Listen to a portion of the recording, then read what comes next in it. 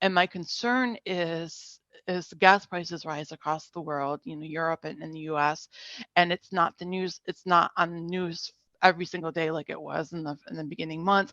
People are going to tire of what is happening. On the Experts Connect podcast, we have thought provoking conversations with top performing experts on topics that matter to you. With Experts Connect, you'll uncover fascinating facts and gain the necessary skills you'll need to improve all aspects of your life. Hi, Claudia. How are you doing? Hello, fine, thanks. How are you? I'm doing well, thank you. Welcome to the Experts Connect podcast. So, today we'll be talking about the Ukraine war. I'll just ask you first to tell us a bit about your background. Thanks for having me. I'm really excited to be here. I am an American. But I have been living in Germany since 2017. I'm currently in Berlin, but I was for the first 3.5, 4 years. We were actually outside of Munich, but we moved about a year ago to Berlin. I am a social justice activist, writer, speaker, and I wrote a book on the relationship between President Obama and Chancellor Merkel, and two chapters of that book talk specifically about Ukraine and the events leading up to where we are today. Mm-hmm. Okay, and how is your book going? The book is doing really well. I've been the last a couple of weeks. I've been really busy Mm-hmm. with interviews and meetings and podcast appearances and writing guest blog posts. So I'm pretty happy. Yeah, you're doing well. I'm proud of you. So Thank tell you. me now, because I just had a baby. I think it was February 23. I had him, and the day after, I heard there was war between Ukraine and Russia. What that was that February 24 or something like that? Yeah, it was February 24th. Yeah. So yeah, what happened? What's Russia's broad interest in Ukraine? Well, it depends upon who you ask. The Putin will argue that he invaded Ukraine to quote unquote denazify the country. Yeah. What that means, nobody really understands, given the fact that Zelensky, the president of Ukraine, is Jewish. So, most people find that Putin's rhetoric a little offensive in that regard.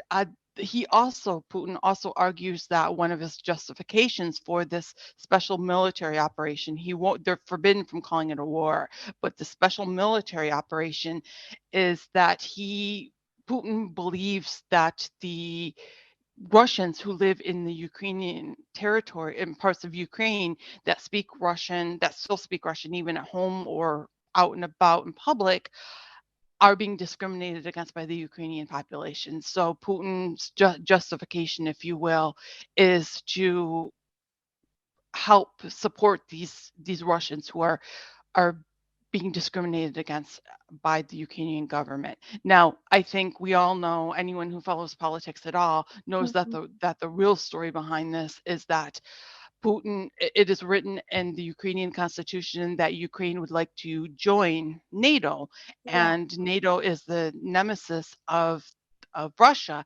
And so Putin's real justification in this operation, if you will, is to prevent U- Ukraine from officially joining NATO. So, Yeah. so I think if you read between the lines, that's the real reason that he's engaged in this unfounded war. I understand. And yes, that's interesting. I even watched a documentary once. One of the professors, I don't remember which school, he was saying, well, they can understand why Putin would want to go to war because it's like having NATO in Ukraine would be like having soldiers in your backyard. And yeah, I don't know. What's your take Yeah, on that? I think that's a little propaganda, just a little bit of propaganda. They're afraid, and so they're using scare tactics to Yeah. for their and one thing that we have to keep in mind is that the Russians don't have access to free press like we do, and so the Russians only see what Putin wants them to see, and so they don't see all these innocent civilians being bombed, Yeah, apartment buildings being bombed. They just hear what Putin would like them to hear. yeah. Yeah, So it's more nationalism. exactly. Yeah.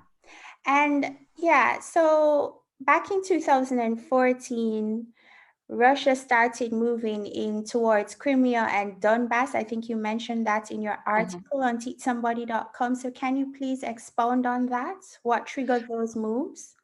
Sure. I will do this in what I call a Cliff Notes version, so very, very concise. Mhm. In the 2014, the former president of Ukraine was ousted, and there was a sense of turmoil that was created because of that. And so what happened was the Russians realized that there was chaos because of the ousting of the president. So what they did is the military began going in and taking control over regions of the Crimea and Donbas. And then, long story short, this all happened in the winter of 2014, so February, and the Russian used this unrest, and they took important sites and cities, and ultimately what happened was Crimea declared a declaration of independence from Ukraine on March 16th, 2014, and then Russia formally incorporated Crimea as part of Russia on March 18th. And so the government was put in place that was pro-Russian, and so that kind of started it laid the foundation for what is happening now. And even when that happened, the world came together, um, that and told Putin what he did was illegal, that you cannot annex a sovereign nation, and they started implementing sanctions, and that's when they threw the G8. It had been the G8, the group of the most powerful economic economies in the world, and Russia had been part of that. And as an attempt to get Putin to back down, they ousted Russia from the G8 and it became the G7. And other countries started implementing sanctions as punishment to Putin. And unfortunately, it didn't work. And Putin didn't back down. And, here we are, um, 6 years later, Yeah. in the midst of a war. Yeah.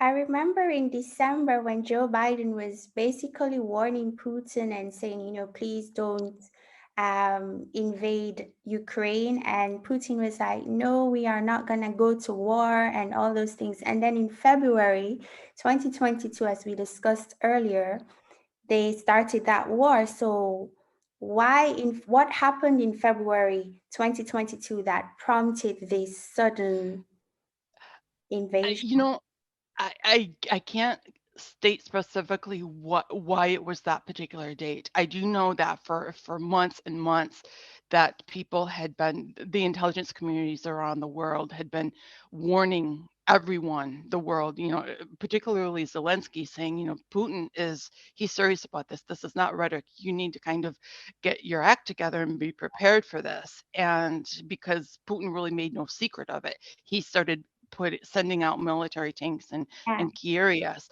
and and I don't think anybody, even Zelensky, did not take anyone seriously, and everyone was kind of blindsided by it. Despite, I think they were nobody could believe that even Putin would invade a sovereign nation despite all the signs leading to it, and they were kind of complacent and just said, oh, we're not worried about it. And then lo and behold, everybody was caught off guard. And the thing is, they shouldn't have been. The signs were there, the intelligence was there that this was going to happen. Yeah, so the intelligence was there, and then Zelensky denied it. Do you think, because you mentioned, because I didn't know that he was an actor before, do you think it was a lack of political experience why he wasn't? I think there's that component to it. And I think it was, it's the elephant, what we say, there's an elephant in the room, and you don't want to see something you don't want to believe. And I think he just didn't have the expertise, he didn't have the experience. Yeah, And I think he at the time before the war, Zelensky was not particularly popular. His approval ratings, I think, were something along 30%. And so people around the world did not take him seriously at all. And I think and there could be a lot. I think a lot of it was the fact that they were afraid that if something were to happen to Ukraine, that Zelensky wouldn't be able to pull the country together. And he surprised the rest of the world. But I I don't know if complacency. I think it's a combination of complacency, lack of experience, that and not being willing to see the writing on the wall. I think all contributed to the fact that despite all the warnings, Ukraine was caught off guard, and they shouldn't have been. They had been told by everyone from the U.S. intelligence agencies to the British. Everyone was saying be prepared, and Zelensky and I think to a certain extent there's a certain level of arrogance to it too. It's he just didn't think. He was right the weekend right before the attack was the security conference in yeah, Munich, something that they have every year since the end of World War II. And Zelensky was told not to come to Munich because they were afraid uh, of an attempt to take over the government while he was gone. And he insisted on going to Munich anyway. And you can argue, was it just arrogance on his part for doing that? Was it I'll show you. Nothing is going to happen. You're all being chicken little, and nothing is going to happen. I think it was, there are a lot of factors. And the fact of the matter is he was fortunate that when he did go, nothing bad happened, but yeah, he wasn't listening to the warnings of the rest of the world. yeah, yeah. And well, Joe Biden was always warning about, not invading Ukraine, etc. But can you explain what exactly is the role of the US in the war? The U.S. has provided they do not want to get involved, and they're afraid of engaging with Russia further, so they Mhm. want to be very careful. But one of the things that they've done is they've provided a tremendous amount of financial support to Russia, or I'm sorry, to Ukraine against Russia, and as of the numbers keep changing, but I looked them up a few minutes ago, and for example, on March 15th, Biden signed a bill, for a bipartisan bill, um, for an additional $13.6 billion in military, humanitarian, and economic assistance. And so that money goes towards helping bring in humanitarian efforts to the people that are there, providing weapons, military weapons to Ukraine to help fight the Russians. And so economic support is one thing that the U.S. has done. And another thing the U.S. has also offered to allow, I think it's 100,000, yeah, up to 100,000 Ukrainians that would like to leave Ukraine to move to the United States. The U.S. has opened their border to them. That's a nice promise, but one thing that we're learning over here is the Ukrainians do not want to leave. They they want to stay close to home. And then the other thing, and I think this is something that is the rest of the world is doing as well, is that the U.S. has issued a lot of economic sanctions against Russia, and everything from Putin himself has been sanctioned, his daughters have been sanctioned. There has been sanctions against members of the Kremlin that support Putin. So there have been a lot, and then on a private sphere, level, a lot of companies, U.S. owned companies, have pulled out of Russia in protest. For example, McDonald's has Yeah. pulled out of Russia. So short of giving the Ukrainians the no-fly zone that they so want, I think the U.S. is, and the rest of the European Union, for that matter, has done what they can to support the Ukrainian people. But do we need Russia? Don't we need Russia in terms of gas, oil?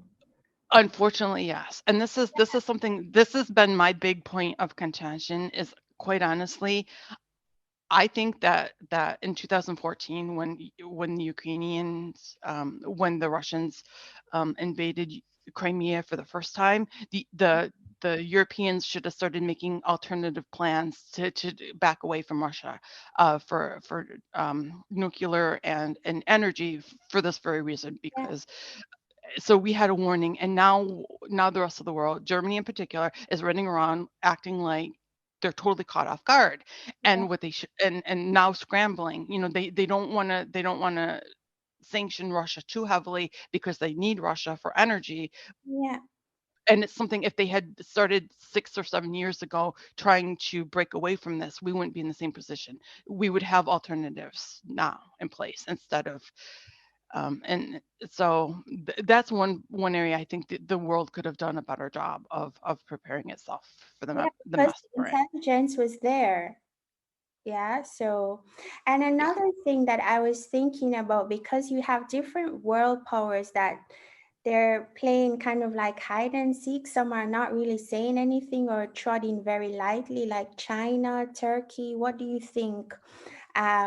If they become involved, what are the implications for the rest of the Well, world? I'm a little concerned about Turkey in this fact that initially, or not initially, but the last couple of weeks, when Finland and Sweden had asked to formally join NATO, Mhm. Turkey was dragging their feet and saying, no, we're opposed to this. And then, and in order for any country to uh, enter NATO, you need unanimous support from every single NATO country. And I was thinking, oh God, this has got disaster written all over it. I can't believe Turkey is going to fight this. But they in the last few weeks they've turned around and they said that they will support. So that's good. Now, with regard to China, I am a little concerned about them using, they've wanted for a long time to have more control over Taiwan, and Mhm. I'm a little concerned that they're going to use this opportunity. They're kind of watching what's going on in Europe, and are they going to, because the rest of the world is so focused on what's happening and over here in Europe, are they going to seize that opportunity? So, they've been fairly quiet, but I am. I don't always think silence, no news is good news kind of thing, so I am a little concerned about that. But at the same time, I also don't want to, there's a fine balance between paying attention to what's going on, so you're not um, caught off guard without without sending off alarms and putting everybody in mass paranoia, because that I don't think is going to do anyone any good either. So. Yeah, I get it. And going back to the conversation about the NATO, a lot of people are concerned, especially us in the EU, that if Sweden and Finland join the NATO, then it would have very horrible implications on the EU and the rest of the world. Particularly, one person or a few persons are concerned about this turning into World War III. What's your take on that? I am honestly more concerned about what's going to happen with Russia Mm. um, than and then I am turning into World War III than Finland or Sweden entering NATO. Now, if luckily, the war in Ukraine is not going as planned. Putin really thought he was going to go in over the weekend and take Kyiv, and that was going to be the end of it. And the Ukrainians have put up one hell of a fight, Yeah. and so things aren't. And if things were going better for Putin, I would be more concerned, because there was a lot of concern at the very beginning that Putin wasn't going to stop at with Ukraine, that he was going to go in and he was going to take over the Baltic states, Mm-hmm. and in Finland for that matter, because he's been threatening to if they join NATO, and if Putin were doing better in Russia, or I'm sorry, in Ukraine, if the Russians were doing better in Ukraine, I would worry. But the fact that the Ukrainians are holding their own and are keeping Russia at bay, Yeah. and have for so long, I'm hoping that when it's going to wear out all their resources, and that we're going to it'll be the end, without any movement into the Baltics. But Putin is so unpredictable. He could have all these resources that we don't know about. Exactly. So And I mean, I looked at how closely Russia and Finland shared border and what could happen. I'm really concerned what could really happen with Finland if they join the NATO. What's your take on that? my Putin has been shooting his mouth about how this is not going to be a good thing if Finland joins NATO. However, we do have to keep in mind that if Finland does join NATO, and it looks like they're going to, um, Mhm. that Putin does one thing in NATO, in any NATO country, whether it's Helsinki, then Putin is going to have to deal with the wrath The of rat. all. And Yeah, I was looking at the data on troops, and right now NATO is, let me look. NATO has approximately, let's see, um 3.5 million troops, military, um, and civilians, and about 14,682 tanks. Now, if you add um, Sweden and Finland to yeah, that mix, that raises it to, Sweden and Finland have a joint military personnel of yeah, 3.5 million people, but that doesn't include the reserves. That just includes active people, and that would raise the that would also raise the number of tanks, active tanks, to 15,000 tanks. So I do think it's lower than what would happen had they allowed Ukraine to enter the NATO, which is what Putin was really concerned about. But like I said, you add Finland and Sweden in the mix, you have two more NATO territories, and all it would take is one missile to go awry in Finland for the rest of NATO to step in and say, okay, this is the end, kind of, you're going to have to stop. Or similarly, there have been rumors or concerns that Putin has gotten dangerously close to NATO territory in Poland. So yeah, yeah. So we don't know if this could turn into World War III. Let's see. What are your projections on ending this war? Do you think Ukraine will join NATO eventually? What's your take on this? at the end of the day, and this is something I think we all have to keep in mind, is that what happens is really up to the Ukrainian people. Mhm, And it sounds like the Ukrainians have given up. They've been willing to compromise and say that they're okay with not joining NATO as long as they get some level of neutrality. mhm, And from a personal perspective, that bothers me, because I don't, it's like, why should they have to give up something when they did nothing wrong? But mhm. I also understand the ramifications. And Yeah, so if the Ukrainians are okay with that compromise, then so be it.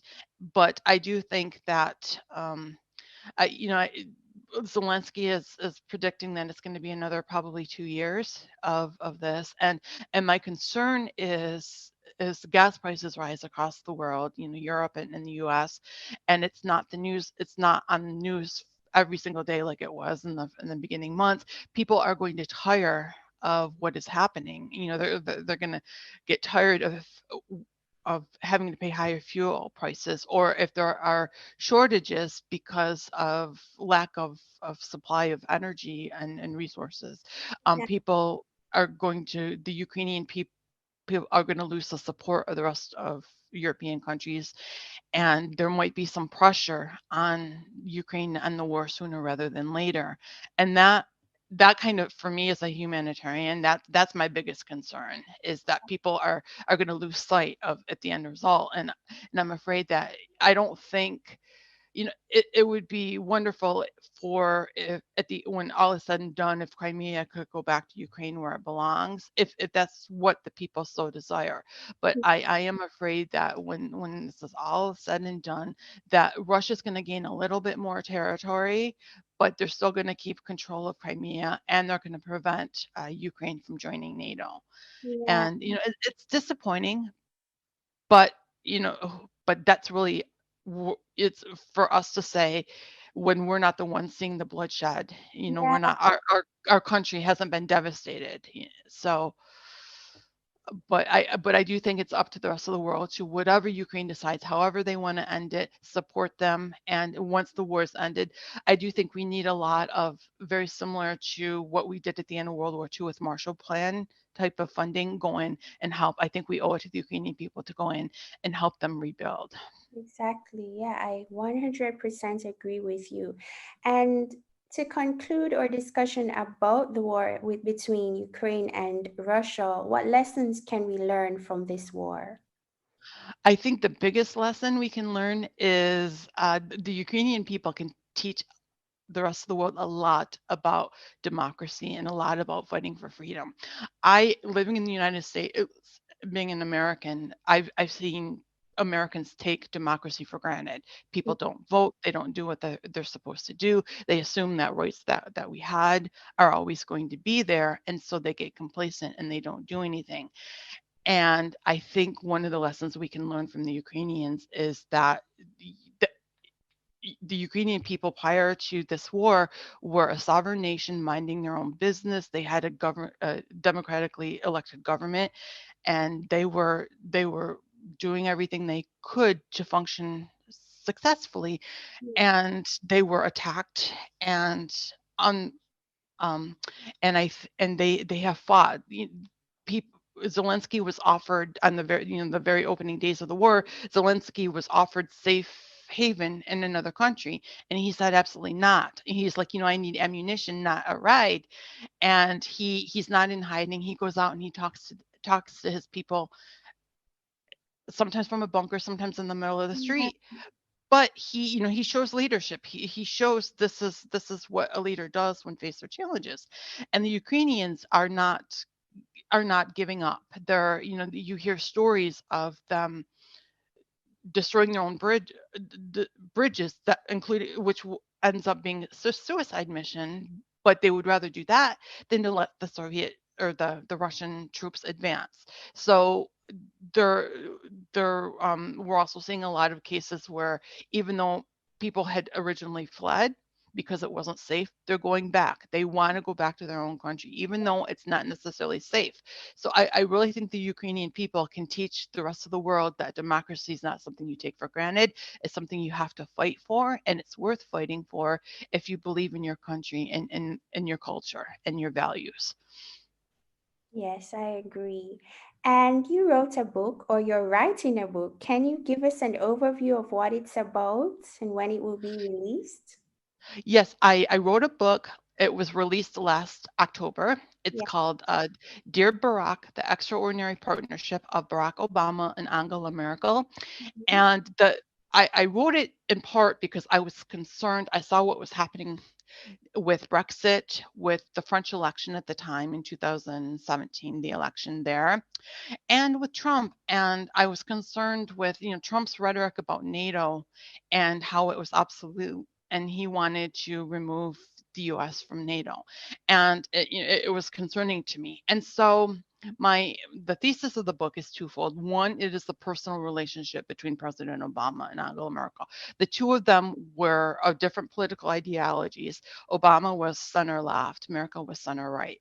They didn't agree on a lot of issues. They butted heads on primarily economic issues and on whether to engage militarily against Russia. Um, but they had enough respect for one another and their countries that they put their differences aside and they worked together for the betterment of democracy. And so that's one of the that so that's one of the reasons I wrote the book, is because I wanted to prove is in today's polarizing times that one can still have disagreements on policy and Yeah. still put them aside and work together. And then, converse similarly, how important it is in today's globalized world, especially now, because I wrote this right with regard to Crimea, but because I could see not necessarily where we are now, but another world war or another, that in today's globalized world when we all need to work together with things like climate change, Mm-hmm. and terror, that it's important, it's imperative that now more than ever NATO nations need one another. And I saw this wave of isolationism across the world, and I kind of wanted to say, no, we need to take a step back and realize that the world benefits from a strong united front like NATO, that instead of NATO being obsolete like people want to argue, it's now more important than ever. And here we are in the midst of a war and a lot of uncertainty in the world, and it's in and I'm a little worried about what's going to happen, with the uncertainty of what's going on with, I really do think that world leaders need to look at the relationship Obama and Merkel had. You don't have to like either one of them or respect their policies to realize what they did was generally for the betterment of not just their country, but for the world and Yeah. Western democracies. Yeah. Okay, wonderful. And how can people reach you? How can people get your book? I'm sure you're working on another book though. Can you tell us a little bit on that, about that one? Oh, sure. I'm venturing into new territory, so the learning curve is really, really steep. So a lot of research. But I was a few months ago. I was in Ireland on vacation, and I was in Belfast, and I happened to walk by during the height of the IRA, and the conflict between the Catholic and the Protestants in the 1970s or 80s. They had what was known as peace walls that separated the two regions of the country, Yeah. and it just reminded me, I felt the same chilling effect that I did the very first time I was in Berlin and the Yeah. Berlin Wall was still up. And so what I'm doing is I'm researching the policies and the procedures and the lives of the people in Ireland versus the people and the Germans during the Cold War. How were their lives similar? Because both instances, people were separated, had a physical barrier that separated them from their country members. One was self-imposed because of religious differences, and then one was imposed by the government to keep. But in any event, in both instances, you had country members that were separated by a physical barrier. So I want to look at the similarities and differences of the two. And like I know nothing about Irish history, so the learning curve is really, really high. And so it's been, I'm and slow in coming. So it'll be probably 3 or 4 years anyway, and a lot of research because I'm looking at two different. Even though I live in Berlin and I have the luxury of being able to go research places, I am going to have to go and spend some time in Ireland. I think at some point. So that's what I'm doing now. If they want to purchase Dear Barack, you can uh, you you can go on my website, which is claudiaclarkauthor.com, Mm-hmm. and there's information on me and my speaking engagements. My blog posts are on there. Reviews for Dear Barack are all on there. My other media outlets like this are on there, and you can go to your local bookstore. The ISBN is on there, so you can just go to your local bookstore with the ISBN and you can order it, or you can also order it from Amazon if you prefer. But it's out there. It's been out there since October, and I'm very humbled by I've received the reviews have been very, very good. So I'm very, very humbled by that. You're doing well. Very good. So thank you so much, Claudia, for being a guest on our podcast. You amazed us with your insightful knowledge as usual. Thank you for having me. And thanks for your support. You've been one of my biggest supporters from the beginning. So thank you. You're welcome, Claudia. So we'll talk soon and have a good rest of the day. You too. Bye-bye. Bye. Thanks for tuning in on Experts Connect.